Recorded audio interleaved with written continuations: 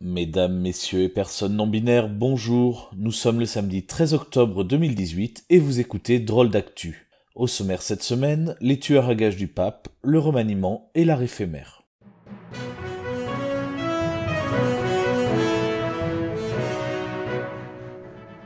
Mais tout d'abord, justice. Un certain nombre de parlementaires, dont Marine Le Pen et Nicolas Dupont-Aignan, souhaitent que les détenus payent leur séjour en prison. Une idée à creuser avec une question centrale. Si elles ne peuvent pas payer, il se passe quoi? Parce que dans un hôtel on les mettrait dehors, mais ce serait peut-être contre-productif. L'idée proposée est de les faire travailler durant leur détention, et c'est vrai que dans un pays qui traverse une crise du chômage, ouvrir des milliers d'emplois payés 1/10 du salaire légal semble une excellente idée. Intégrisme chrétien toujours, le pape a comparé cette semaine les avortements à l'emploi d'un tueur à gages. Pour poursuivre les comparaisons crédibles, sachant que 47 000 femmes meurent chaque année des suites de l'interdiction de l'avortement, pouvons-nous comparer le pape à Ceausescu?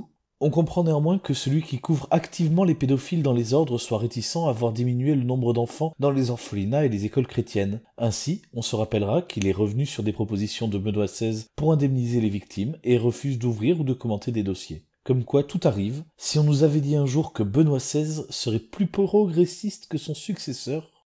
Politique à présent, suite aux différents départs, Emmanuel Macron se retrouve face au dilemme de tous les grands patrons. Il n'arrive pas à embaucher.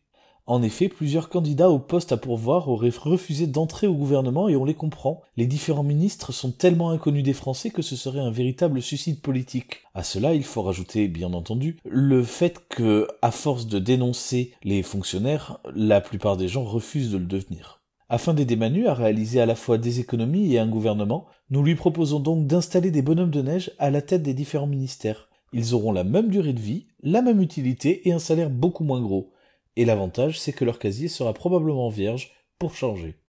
Art moderne enfin, une toile du street artist Banksy s'est partiellement autodétruite après avoir été vendue aux enchères pour $1 million. Une volonté affichée de l'artiste de lutter contre l'aspect le plus mercantile de l'art qui aurait eu un effet immédiat. La cote de la toile vient de doubler. Afin de procéder à des études comparatives, on propose donc de mettre aux enchères le contrat de travail d'Emmanuel Macron en tant que président pour voir si, une fois déchiqueté, son score aux élections pourrait doubler lui aussi.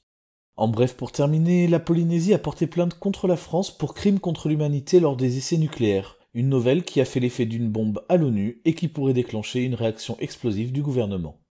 Voilà, c'est la fin de ce journal, merci de l'avoir suivi. S'il vous a plu, n'hésitez pas à nous suivre sur Twitter dont vous trouverez le lien dans la description, à liker la vidéo pour l'aider à être mieux référencé, à vous abonner à la chaîne et à activer la petite cloche pour recevoir toutes les notifications. Vous pouvez aussi la partager sur les réseaux sociaux pour la faire découvrir à vos amis. Quant à moi, je vous donne rendez-vous la semaine prochaine pour d'autres drôles d'actu.